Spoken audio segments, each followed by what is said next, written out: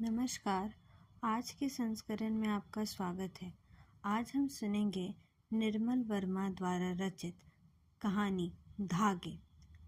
उस रात खाने के बाद कॉफ़ी पीते हुए हम केसी के नए रिकॉर्डों की चर्चा करने लगे। मुझे तो रात को नींद ही नहीं आती। मैंने तो ग्रामोफोन लाइब्रेरी में रखवा दिया है। मीनू ने कहा।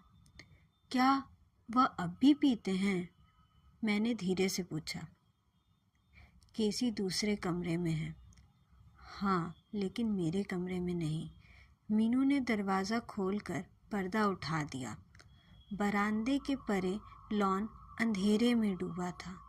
एक अपरिचित सी घनी सी शांति सारे आहते में फैली थी।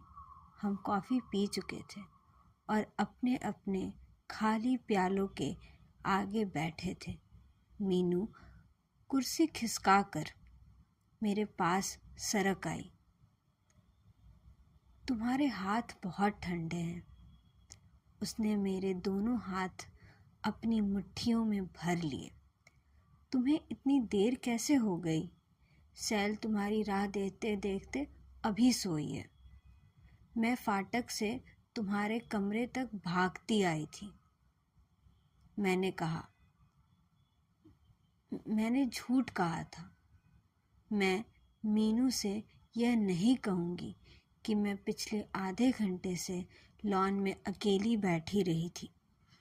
कहूँगी तो वह विश्वास नहीं करेगी। क्यों? तुम्हें अब भी अंधेरे से डर लगता है? मीनू हंस रही थी। उसका एक हाथ अब भी मेरी गोद में पड़ा था। बिजली की रोशनी में उसकी सफ़ेद पतली बाहें बहुत सफ़ेद थी, बहुत पतली थी। मुझे अजीब सा लगता। केसी इन हाथों को कैसे चूमता होगा, कैसे इन बाहों के महीन भूरे रोओं को सहलाता होगा। सुनो, परसों रात तुम क्या कर रही थी? क्यों? अपने कमरे में थी। मैंने आश्चर्य से उसकी ओर देखा। कैनॉट प्लेस से घर लौटते हुए हम तुम्हारे हॉस्टल आए थे। बहका रही हो? मैंने कहा। सच आए थे। केसी से पूछ लेना। लेकिन इतनी रात भीतर कैसे आते? तुम्हारी मिसेज हैरी देखती तो हमें कच्चा चबा जाती। वह हंस रही थी। क्या तुम लोग रुके थे? हम हॉस्टल के बाहर खड़े थे। तुम्हारे कमरे की बत्ती जली थी। केसी ने कई बार हॉर्न बजाया था।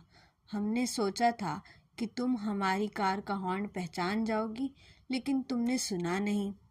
मैं शायद सो गई थी। मुझे कुछ पता भी नहीं चला। तुम अब भी लाइट जलाकर सोती हो? मीनू ने पूछा। मिसेस हैरी कुछ नहीं कहती? यह वर्किंग वुमेन्स हॉस्टल है और मिसेस हैरी कोई कॉन्वेंट स्कूल की मेट्रन थोड़ी ही है। मैंने कहा। मीनू समझ गई। हम दोनों को एक बहुत पुरानी घटना याद आ गई थी और हम दोनों हंसने लगे थे। उन दिनों मैं और मीनू स्कूल के हॉस्टल में रहा करते थे। कमरे में बत्ती जलाकर सोने की सख्त मनाही थी। अंधेरे में डर के मारे मेरी देह के पोर पोर से पसीना छूटने लगता था और मैं सबकी आंखें बचाकर चोरी चोरी चुपके बत्ती जला लेती थी। डिनर के 2 घंटे बाद जब कभी मेट्रन कमरे का राउंड लगाने आती तो मेरे दिल रह रह कर दहल जाता। मैं आंखें मूंद कर प्रार्थना करती रहती, किंतु मेट्रन की आंखें चील की तरह तेज थी। उन्हें धोखा देना आसान नहीं था। वह बड़बड़ाते बड़बड़ाते हुए मेरे कमरे में आती और बत्ती बुझा देती, किंतु जब वह मेरे कमरे से जाने लगती तो मैं कांपते हाथों से उनकी स्कर्ट पकड़ लेती। Please matron. वह हतबुद्धि सी मेरी और देखने लगती और झिड़कने लगती। क्या बात है? यह क्या बचपना है? वह कहती, किंतु मैं उनकी स्कर्ट पकड़े रहती और सिसकते हुए बार बार कहती, प्लीज़ मेट्रन, प्लीज़ प्लीज़। सारे हॉस्टल में यही बात फैल गई थी। ऊंची क्लास की लड़कियां या मीनू की सहेलियां जब भी मुझे देखती हंसते हुए बार बार कहती, please matron, please please. Meenu, Shimla याद आता है, न जाने कितने बरस बीत गए। मैंने कहा, हमने सोचा है अगली गर्मियों में वहाँ जाएंगे। केसी ने अभी तक शिमला नहीं देखा। तुम्हें उन दिनों छुट्टी मिल जाएगी। मैं मीनू को देखती हूँ। मुझे कुछ समझ नहीं आता। तुम्हें नहीं मालूम तुम कैसी हो गई हो। कभी शीशे में अपना चेहरा देखा है? हाँ देखा है, बड़ा प्यारा सा लगता है, मैंने कहा। नहीं रूनी, मजाक की बात अलग है। तुम्हें हमारे संग चलना होगा। जब से तुम जबलपुर से आई हो। लेकिन मीनू आगे कुछ नहीं बोलती। शायद आगे मौन का एक दायरा है जिसे हम दोनों छूते हुए कतराते हैं। शायद मेरा चेहरा बहुत सफ़ेद सा हो गया है और वह डर सी गई है। मीनू कुर्सी से उठकर मेरे पास, बहुत पास आई। उसने मेरे गले में अपना दोनों हाथ डाल दिया। उसकी आंखों में अजीब सा विस्मय था। मुझे भ्रम होता है कि वह मेरे और केसी के बारे में सब कुछ जानती है। वे बातें जो सिर्फ मेरी हैं, जिन्हें मैं अपने से भी छिपा कर रखती हूँ। किंतु वह कभी मुझसे कहेगी नहीं। वह बड़ी बहन है, इसलिए वह मार्टर है। वह हमेशा मुझे अपने से बहुत छोटा समझती रहेगी। यह कुछ ऐसे क्षण हैं जब मैं मीनू से घृणा करती हूँ। बचपन से करती आई हूँ। कमरे में सन्नाटा खिंच रहा है। न जाने हम दोनों कितनी देर तक ऐसे ही बैठे रहे। तुम बुरा मान गई। उसका स्वर भीगा सा था। तुम पागल हो मीनू। इस तरह हॉस्टल में अकेले कब तक रहोगी? मैंने उसकी ओर हंसते हुए देखा। अब मुझे डर नहीं लगता। मीनू कुछ बोली नहीं, चुपचाप अपनी उंगलियों को मेरी बालों में उलझाती रही। उसकी आंखें बहुत उदास हैं। वह मुझसे बड़ी है, लेकिन ऐसा नहीं लगता कि मैं उससे छोटी हूँ। लगता है जैसे दिन बीतते जाते हैं और वह वहीं एक ही स्थान पर खड़ी रही है जहाँ वह बरसों पहले थी। फिर भी उसके सामने मैं अपने आप को हमेशा ही बहुत हीन पाती हूँ। लगता है वह सब कुछ है, मैं उसके सामने कुछ भी नहीं। यह उसका बड़प्पन नहीं। वह होता तो कुछ भी मुश्किल नहीं था। तब मैं उससे लड़ लेती, उसे दोष देकर छुटकारा पा लेती। लगता है जैसे वह कहीं बहुत ऊंची दीवार पर बैठी है और मैं उसे सिर उठाकर विस्मित आंखों से देख रही हूँ।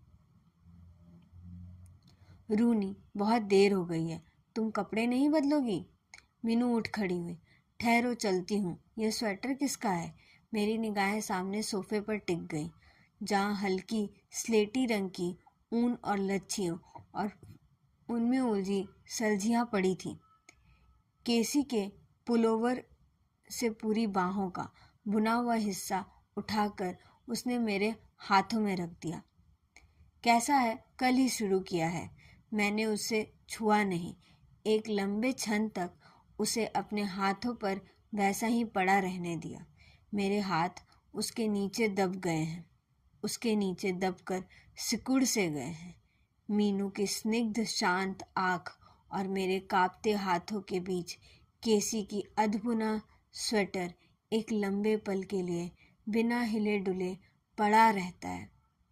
मैंने आज तक केसी को फुल स्लीव का पुलोवर पहने नहीं देखा। पता नहीं उस पर कैसा लगेगा। मीनू ड्राइंग रूम में चली गई। मैं कुछ देर तक उस कमरे में अकेली बैठी रहती हूँ। सब और सन्नाटा है। केवल किचन से प्यालों और प्लेटों की हल्की खनखनाहट सुनाई दे जाती है। दरवाजे की जाली पर फीकी सी चांदनी उतर आई है। खिड़की के परे बरामदा है। लाल बजरी की सड़क है। उसके पीछे मटर रोड को लांघ कर पहाड़ी आती है, जिसके टीले लॉन से दिखाई देते हैं और लॉन में पत्तियां हैं। हवा में सरसराती घास है। तुम अभी तक यहीं बैठी हो? मीनू के स्वर में हल्की सी झिड़की थी। मैं चौंक गई। केसी का स्वेटर अब भी मेरी गोद में पड़ा था। मीनू, क्या झाड़ियों में बेर आ गए हैं? अभी कहाँ, कहीं दिसंबर में जाकर पकेंगे। याद नहीं, पिछले साल इन्हीं दिनों हम पहाड़ी में पिकनिक पर गए थे। बेर खाकर सैल का गला पक सा गया था। वे कच्चे थे, तुमने पके बेर नहीं खाए। बिल्कुल काफल जैसे मीठे होते हैं मीनू। शिमले में काफल याद है? और खट्टे डाड़ू, तुम उनका लाल रस अपनी उंगली पर लगाकर कहती थी, ये मेरा खून है, और मां डर जाती थी। हम उस क्षण भूल गए कि इन बरसों के दौरान ढेर सी उम्र हम पर लद गई है, कि बरसों पहले उसका विवाह हुआ था और मैं एक बच्चे की माँ हूँ। हम दरवाजे पर खड़े खड़े देर तक एक दूसरे की वे बातें याद दिलाते रहे जो हम दोनों को मालूम थी, जिन्हें हमने कितनी बार दोहराया था, किंतु हर बार यही लगता था कि हम उन्हें भूल गए हों। हर बार उन्हें दोबारा याद करने का बहाना सा करते थे। कल तुम्हारा ऑफ डे है, हम लोग पहाड़ी पर जाएं तो कैसा रहे? सच? मैंने खुशी से मीनू का हाथ पकड़ लिया। केसी से कहो कि कहेंगे वह अपना ग्रामोफोन ले चले, बिल्कुल पिछले साल की तरह। रूनी, इट विल बी वंडरफुल। ये इस कहानी का पहला भाग था जो आप सबने सुना। उम्मीद है आप सबको पसंद आया होगा।